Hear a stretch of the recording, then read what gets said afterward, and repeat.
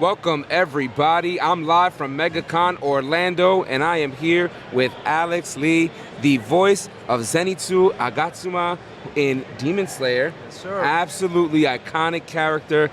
Aleks, thank you so much for joining me. How you feeling today, man? I'm feeling a little tired, but I hear thanks for that. having me. Yeah, it's a busy day out there. So. It is. And for those of you who couldn't make the con, what we're doing here is we're bringing the con to you. Aleks is going to be signing a bunch. We got great Funko Pops. We've got some Band Presto figures. We've even got an entire set of the Demon Slayer books over there, so we'll get that signed up for you. But if you don't have a chance to make it to the show or get in line, check out the items now. The buy it now and the auction is going to be going and flowing. We'll get some giveaways rocking, and me and Aleks going to spend some time. We got a little bit of time together, but he'll start signing, and we'll get those pops running. Don't forget to bookmark all of our upcoming streams. We're going to be live with people all weekend long here from Megacon Orlando and throughout the year, and we want to bring the con to you. So be sure to keep bookmarking those streams. Check us out here. We're going to have a lot of talented voice actors like Aleks joining us throughout the year. Sound good? Rocking, rolling. Aleks, my guy, how are the lines out there for you? It's a little nuts. It is? Yeah. We had to stay till around 7:30 yesterday. Finish up. So it's a little crazy out there, but yeah, it's good. It's good. There's a lot of people. So a lot of Zenitsu cosplays out there. A lot, yeah. You ever think about showing up in cosplay and just trying to walk up on people and see what they think of the character? It kind of depends because honestly, it gets really, really hot in costume. Yeah, well, my body can only take so much at any given point. So right, and of course you're up there signing all the autographs all day long. Yeah. How's live streaming kind of changed the game for you when it comes to anime and broadening the audience? Do you see that you get a lot of people from all different age ranges? Yeah, something that surprises me the most is that there's a lot of families nowadays. Yeah. And I get people who come up to me and they're like entire families, like parents and kids, they're all in costume together. Yeah. And they tell me, oh, we love watching this show, or like, I love watching this show with my grandma, and my grandpa. That's a first for me, actually. Yeah. And I'm like, I don't know, 5-10 years ago, you never would have heard of that. No. Families sitting down watching a show, like animation together. Right. Was unheard of, but I think it's a really cool move in the culture. Yeah. I feel like now, especially since how the world is, there's a lot of time to be spent with family, and I think it's really cool that a lot of families are choosing to watch anime together. Yeah. So that's new, but I very much welcome that change. Yeah, why not? Who doesn't love to sit down and have a good anime night? A little bit of family bonding over some Zenitsu scenes, some Zenitsu freakouts. As I was just telling you, I was watching the YouTube short of you walking into the studio. Now, I've talked to Zach a couple of times. He's kind of opened it up to me in understanding about the perspective of a voice actor. But I guess for you is, Zenitsu is such a, man, I don't even know, it's such a bold character. How do you get into the mindset of playing him? How much of Aleks is actually Zenitsu? Well, I'm a very quiet guy in real life. So a lot of people are very surprised when they meet me for the first time because I tend to not talk a lot. Yeah. But at events like these where it's really loud and hard to hear, you kind of have to speak up, and that way fans can talk to you and feel more comfortable talking to you as well. Right. But personally, I find myself to be very different from the character. But that's what makes him so fun for me, is that it's like kind of an extension of myself that I don't get to visit a lot. Yeah. So playing somebody who's so out there, I think is really a good challenge, not only as an actor, but just all you want to do sometimes when you get down to it, like at the end of a long hard day of work, is just to get inside a padded room and scream your head off. Yeah, I'm Should sure. I take the plastic Yeah, off? you know what? We'll take the plastic off for you, for those of you. Gotcha. Don't worry, I got you. We'll do those for you. Get the rest of the pops up here, because the pops are going to be in the auction and the buy it now. We'll get those rocking and rolling. We've got a couple of other great. We've got the entire manga complete box set right here. It's heavy, yeah. Isn't it crazy? It's crazy. Have you even tackled the manga yet? I have, actually. I read through all of it. So let's see. Where should I put the signature? Dealer's choice, man. It's going to be a great signature. We're going to get a couple of people. We're going to get you, Zach, to sign it. Maybe Abby. I'll leave some space for Zach right here. There you go. I love that. And now while Aleks is working on signing that, don't forget, the buy it now is absolutely stacked. We've got items going up. The Funko Pops are getting signed. They're going to be in the buy it now. We've got items that are also getting auctioned off, so be sure to check it. Aleks is been joining us here. He's got a long line over there. Took the time to come over. Now I know that Demon Slayer obviously super popular among a lot of anime fans. What other works were you in prior to getting the call for playing this character? Prior, not Yeah. much. Not much? But after, because Zenitsu was probably the first big anime character I had ever done. Oh, really? Okay. Yeah. So, but I've had a very fortunate career since then. A lot of people may know me from this show called Tokyo Revengers. Yes. I play the character Mikey in that show. I'm also Thorfinn in Vinland Saga, and I'm Luke, who's the main character of Street Fighter 6. Oh, nice. Yeah, I was yeah. looking for the connection to Street Fighter. Yeah. It was Luke. I had read about it, that you were in it, but I didn't know the character. So now I do know. Okay. Sick. And I mean, it's such a broad range of characters, and they each have their own identity. Being a voice actor, what's that challenge like for you to kind of bring the audience a new identity, even though you have to kind of use your same voice, essentially? That's the thing that I try to push for the most with my career, is that I never want to be kind of like forced to do one thing that sounds the same forever. So I've been very fortunate that with Zenitsu, he's kind of a very high-pitched and crazy character. But after that, I lucked out and I was able to get a really... I played a character named Kaiman in a show called Dorohedoro, who has this really deep and gravelly, gruff voice because his head is an alligator. Yeah. So ever since then, people realized that I could do more than just the high-pitched teenager thing. And I've been super fortunate that they've allowed me to play all sorts of characters, anywhere from like 20-year-old to 57-year-old. So for me, it's been great to not have to worry so much about, oh, how do I make this sound not like me? It's a lot easier for me to approach that because I've had a lot of practice, and you know, after all these years, all these opportunities have allowed me to explore my range as an actor. So definitely very, very fortunate for that as well. Now, touching on like expanding your range as a voice actor and enhancing the skill, what contribution did the pandemic have in being really kind of isolated, you know, to your own craft and, you know, recording from home? What was that experience like? I think for me personally, it didn't change all that much. Right. I'm a very private person. Okay. I don't talk to a lot of the other actors or, you know, nowadays, whenever I see my friends and co-stars, it's usually at these conventions, at these shows. Yeah. But on my own time, I kind of like to just chill out by myself more. That's what's up. What's a day look like for you? Just chilling out at home. You a gamer? I try to when I have the time. Got it. Recently, I haven't had the time. Yeah. Nowadays, it's been very busy. I've been working every day for 2-3 years now. Yeah. And a day is usually waking up, tackling all the paperwork, and that's another thing not a lot of people know about voice acting, is that there's a lot of paperwork. Really? There's a lot of paperwork all the time. So paperwork, emails, and auditions is a big thing too. Yeah. Because your job is not always guaranteed. So that's a smart way to think about it, yeah. Whenever you work, you really are basically working for free at first until you get the job. Yeah. Because every audition is like a job application. Yeah. And I used to do like 70 of those a month. Damn, really? So it's very draining work. It's gotta be. It's kind of like, you know, it's a risk, because if you want to spend your energy and tackle that audition, you're gonna burn yourself out. But at the same time, if you have a chance to get that job, it's gonna make up for it, you know. So it's a balancing act for sure. It's gotta be. But definitely not a lot of free time anymore. Not a lot of free time anymore. Because I work every day with jobs for voiceover, and then on the weekends I go out to shows like these and meet and talk with people, which I really enjoy. But after a full day of talking from 10 a.m. to 8 p.m., you kind of just want to go home and crash. And then you got to walk over, and I'm dragging you off to the side, putting you in front of a camera and lights, and saying, hey, let's keep on talking here for another 30 minutes, man. It's part of the job, you know. But it is. It's fun. That's you know, you honestly can't complain.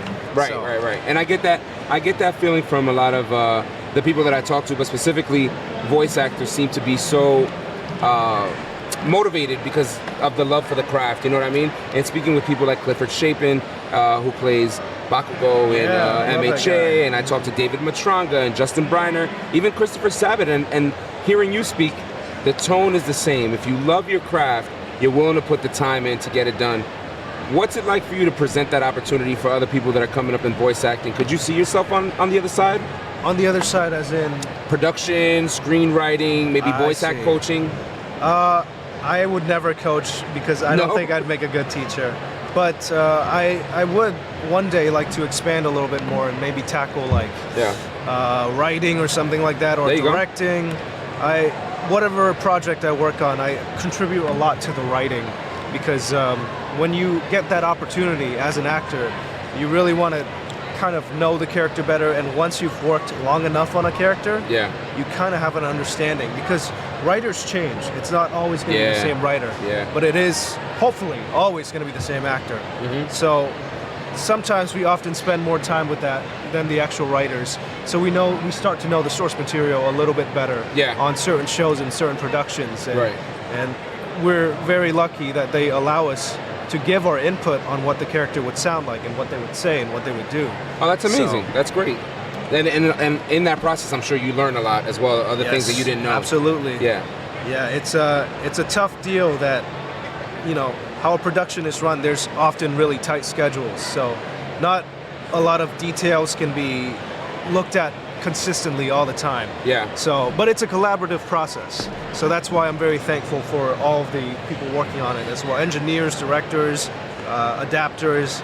It's all, everybody's job is extremely important. So. Of course, everybody's got to play the role and stick to the role, stay in your lane, as they say. Yep. I'm here live again with Aleks Lee, the voice of Zenitsu on Demon Slayer. Absolutely a talented voice actor, taking the time to come over and sign some items. We've got Funko Pops, we've got figures, we've got other items that are going to be going up for auction. Right now we've got a Q Posket that's up, and that is signed. So if you couldn't make it to the con, you couldn't get in the line, don't worry, we're going to take care of you. Keep checking out that Buy It Now. Keep checking out the auction items. We're going to be flooding them up with items from the show, and of course, you're going to get them signed by Aleks here today. Now, Aleks, Whatnot is a kind of a collector-based platform, and everybody loves Zenitsu. It's a character that many can relate to, many may not even, like. But for me, when I look at the perspective of Zenitsu and his early introduction to the show, so different when you're looking at the tone of everybody, Tanjiro, and what was it like for you, bringing this energy, bringing this wildness in your tantrums?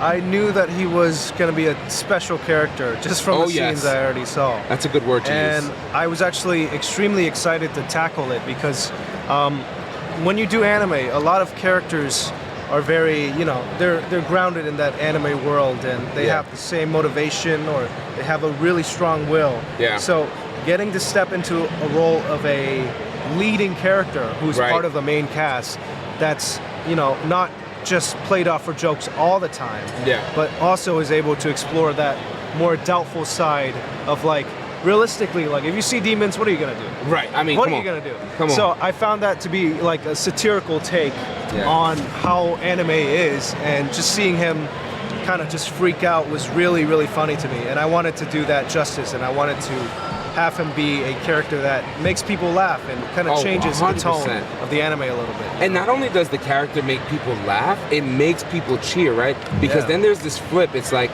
Zenitsu's really two characters in one. Yes, because you're getting this doubtfulness of this and this timidness of a person that isn't confident in their ability, but the minute that they switch it up and they become confident, they're an absolute beast. Yeah, exactly. You know what I mean? And that's one of the things that draws me to him the most, is that, again, like you said, it is like playing two characters at once. So you don't get an opportunity to do that a lot as an actor. Yeah. And if you want to show off your range and what you can do, a character like this is a great way to do it. So for sure, it's definitely a great character to add to the resume, I'm sure. Yeah, definitely. And I've had the opportunity, like I said, to sit down with a lot of people, and I always ask, voice acting is definitely an opportunity to move into other aspects. Have you done other things like maybe mocap, or are you looking to do things like that? Yes, I've been grateful to do some mocap work on a game called Horizon Forbidden West. Oh man, a little game called Horizon, right? Yeah, no, that was a really, really fun process. Yeah. And for Street Fighter, I got to do a little face capture as well. Oh, really? So in some of the cutscenes, they have my face animation for Luke. So that was really, really cool for me. Was that the first time you had done mocap? That was the second time. Oh, second time, okay. First time was with Horizon. Gotcha. Second time was with Street Fighter. Awesome. And since then, I've gotten to do a couple more projects that I'm very excited to share soon-ish, maybe in the future. Yeah. But it's definitely super fun, and that's kind of my goal, been my goal since I moved to LA to pursue acting in the first place, was to one day eventually do full performance capture, because, as an actor, that's kind of like the end all be all. Yeah. Is to get to be on that stage and have your whole entire performance captured, not just your voice and your face, you know. Right. Now, in having your voice constantly captured and pushing through the challenge of relaying emotion with your voice, when you step into the studio, what's the process like? Do you watch a few scenes ahead in order to help you get into the character that is needed for this certain scene? Usually, if it's anime, then yeah, I do my research way ahead just to see what's going to happen. But oftentimes with video games or animation, you don't get that opportunity because everything hasn't been released yet. Yeah. So everything's under NDA and it's very secretive. So the best thing you can do is just, you know, ask for information if you can, and if they can't provide you anything, just trust that they knew what they were doing when they casted you. Yeah. And trust their faith in you, and then, you know, just do your very best with what you're given on the day of. Yeah. Are you especially critical of yourself in any parts of your career? Definitely. I'm always, you know, I always think I can do better. So every role I take on, every new challenge I do, I'm always asking the director to give me more time, or asking to revisit stuff, or I can do this better, I can do this, you know, more. So definitely I'm always looking out for myself and just trying to give the audience the best version of a performance that I possibly can. And it's got to be fun when you know that you're putting so much into a character, you know, and we've talked about, you know, the fans out there, the acceptance of Zenitsu and the character and the way people have welcomed them in. What's that feeling like for you to look out there and see people cosplaying the character? Oh, it's absolutely, you know, amazing. It's really cool. I never thought I'd get to see this much love for this series, and I think it kind of came as a surprise to all of us on the cast that when this show was initially airing, that it was going to turn out to be like this. Yeah. So we're all super grateful and really excited to see where the show goes and to see all this fan support, because for like a 2-year period we really didn't get to go to these conventions. And we were kind of in the dark about whether or not the show was well received, but now that we actually get to be out here and meet all the fans, it's been absolutely great. It's been a blast. Share with us the first time that you were on the movie premiere carpet. Oh, that was quite the day. Was it? I could tell by the chuckle that you're at the start of the conversation. It was a little stressful and intimidating, but at the end of the night, it was super fun. So specifically because of your personality type, you mean? On the movie premiere, it was. It's just like whenever you get ready for an official event and there's like a billion cameras. It's always very intimidating. Yeah, I got you. I only got to work with one, so I can only imagine the stress you have.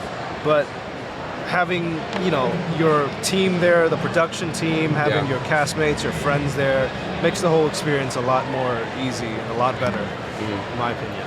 Now, do you have, I know before we had started, you were, I don't know, you were texting your sister. Is your family super helpful in what you do every day? I was texting a friend of mine, actually. Oh, texting a friend of you, okay. I have a friend that helps me out with conventions and stuff like that. Nice, so okay. It's something that I also find is that when you live alone and you kind of branch out to like an LA actor lifestyle, you can find a lot of faith in your friends. There's a lot of good people out there. Because you see a lot of the other side of the coin too, and a lot of other people. Yeah, so you meet so many amazing people out in LA. Yeah. And it's been great to have this kind of like close-knitted friend group that could support each other, especially in rough times or stressful times. You're hearing it here right now. I'm sitting with Aleks Lee. We're talking Demon Slayer, and of course the buy it now is loaded. So if you're checking out the auction, if you got to buy it now, you don't have a chance to come to the con, we've got the items loaded up for you here, and we're going to continue rolling out items and shows just like this. Follow the Whatnot channel, bookmark all of the upcoming streams, and we're going to bring the con experience home to you. Aleks Lee and I talking Demon Slayer, but I think that one of the best things that I've learned from you today is that you've got a super big dedication to your craft. Do you feel that that dedication has come from seeing what it takes to be one of the greats? Like, you know, when I look at Christopher Sabat, I see the roles that he's played, his dedication to the craft. Do you have somebody that you look up to like that in the space? Yeah, I am a huge fan of Yuri Lowenthal. He's been my hero. He voices Ben 10. Spider-Man and the new Spider-Man games, Yeah. and I've always been a huge fan of him ever since his work in Naruto as Sasuke as well. Oh. So he's been my biggest inspiration, and I've gotten to meet him a couple of times, and he's been so amazing and kind, and just kind of like the example of the person every single time. Yeah, it's him and Johnny Young Bosch, who voices Ichigo in Bleach. Those two were my biggest heroes when it comes to voice acting. So it's really cool to get to work alongside them in a lot of projects now. So I'm super happy with because sometimes when you meet your heroes, it don't always work out. Yeah, don't meet your heroes. Yeah. But sometimes it does work out, and when it does, it's the best feeling in the world.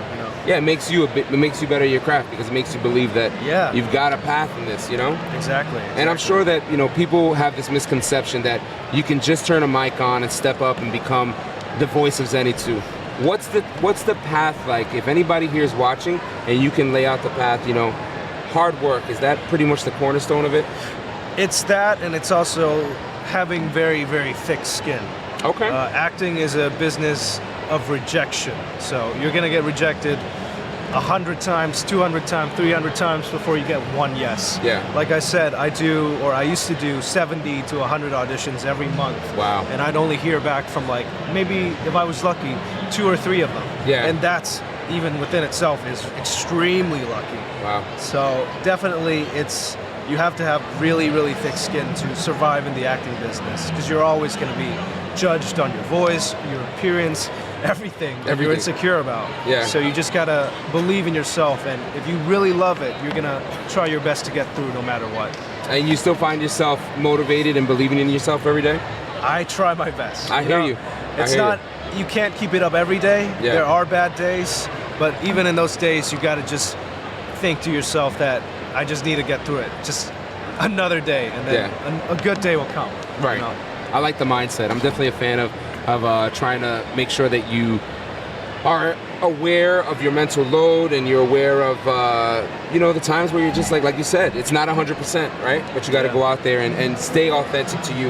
Is that an opportunity that you feel like you've had in this industry to remain authentically you? Yes, actually, I think, especially from somebody like me who is an immigrant and an Asian actor, we often get typecast, or we often get kind of just narrowed down to a certain type of character. Yeah. But me personally, I've been very fortunate. The people I've met, the people I've worked with have treated me very well, and they've really let me explore more than just, who I am. Because in the world of voice acting, you can be anybody. I play Luke in Street Fighter, and he's the whitest guy there is. So I've been definitely super fortunate when it comes to that. That's tough, man. And again, we're here with Aleks Lee, who's just talking, letting us know what it's like to be in the industry, what it's like to play such an amazing character. And all the items in the buy it now, they're going, so be sure to get your hands on this. We've got figures, we've got Funko Pops, we've got a couple of items that'll just make that collection that much stronger. Tell the fans, what's a core memory for you when you look back at the character? Is there a certain quote or scene that really resonates with you? I think one of the core memories for this show in particular was when all the characters met for the first time together. Oh, yes. And that wasn't until like 12 episodes in, I believe. But I remember that strongly, because prior to that episode airing, the cast and I hadn't really met each other, even though I've been a fan of their works, and likewise, they were a fan of my work that they heard in the show. We hadn't really talked, we hadn't really met each other, but I decided to organize a watch party for when that episode aired. And Demon Slayer used to air on Toonami. Exactly. So when the 12th episode with all of us in it aired, we went over to Abby Trott, who's the voice of Nezuko's house. Yes, I'll be with her tomorrow. And we sat down and we watched the show together, and that was just an amazing night. We got to talk, we became friends, and we got to see our work together for the first time ever. And it was just, unforgettable. So that is the biggest memory I have working on the show with those guys. That's such a great memory, because it's not even focused around the actual finished product, but more about the connections that you have seen to made on the show. That's great. And it's important to understand that the relationships with the people that you work with kind of help you propel forward, and it's gotta be cool. You guys it's Demon Slayer. Yeah. You know what I mean? You guys are killing it. You're rocking. You've got fans everywhere. You've got a bunch of fans in the room right now. What's the, what do you think is the goal for you now with the character? Do you feel like there's more to come for Zenitsu? Oh, definitely. I've read ahead in the manga, and I know there's going to be some big and really, really cool things coming, but that's a couple years down the line. Right. So I'm very excited for the future of the character, and I'm also excited even when, he's not on screen, because this season's going to be coming out real soon, season 3. It's going to be, I believe, April 9th. Yeah, April 9th, yep. April 9th It's coming real soon. So I'm just excited to see everything else. I got to see the first episode in theaters. It was an hour-long episode, and it was just, the production of the anime just blows my mind every time I see it. Absolutely amazing, Every new thing they put out is just incredible. Yeah. So being able to see that, it made me extremely excited for the future of the show. Yeah. If you had to reenact a line from the show for Zenitsu that I would like to say identifies or defines the character the most, what line would that be? Ooh. The tough That's questions. A tough one, yeah. The tough questions. There is a line in episode 17, and this is a line that a lot of fans come up to me and they ask for. Yeah. Where he says to the viewer, he's like echoing words from his grandfather who supported him despite him always crying and whining and trying to run away. Yeah. His grandpa told him, don't ever give up. Even if it's painful, even if it's agonizing, don't try to take the easy way out. And I just think that line is such a cool line, and a lot of fans get really motivated by it. Yeah. And they come up to me and they talk to me about it, and it's just really cool to see how this character in an animation is affecting real world people's lives out there. Yeah. So it's definitely a really memorable and great quote for me. Well, listen, it's been a very memorable day here with you, sitting down, getting a chance to talk to you, learn more about your perspective of voice acting on the show, on the character. I'm truly walking away a bigger fan than when I sat down here. So we're getting ready to sign off here shortly. Usually I like to say bye to the people by saying I'm Jay Stash and saying over who you are, and we'll kick it over. You ready to do that? All right, let's do it. Awesome. Thank you so much for everybody who's tuned in here to Megacon Orlando live from the show floor. Listen, get the items in the Buy It Now. Check out the auction. We just sat down with Aleks and we learned a whole lot. Don't forget, we're in with Abby tomorrow. We got more of the Demon Slayer family coming and more shows slated. So follow that Whatnot channel. Let's get ready to sign off. I'm Jay Stash. All right, I'm Aleks Lee. Nice to meet you all. Take care, everybody. Peace. See you later.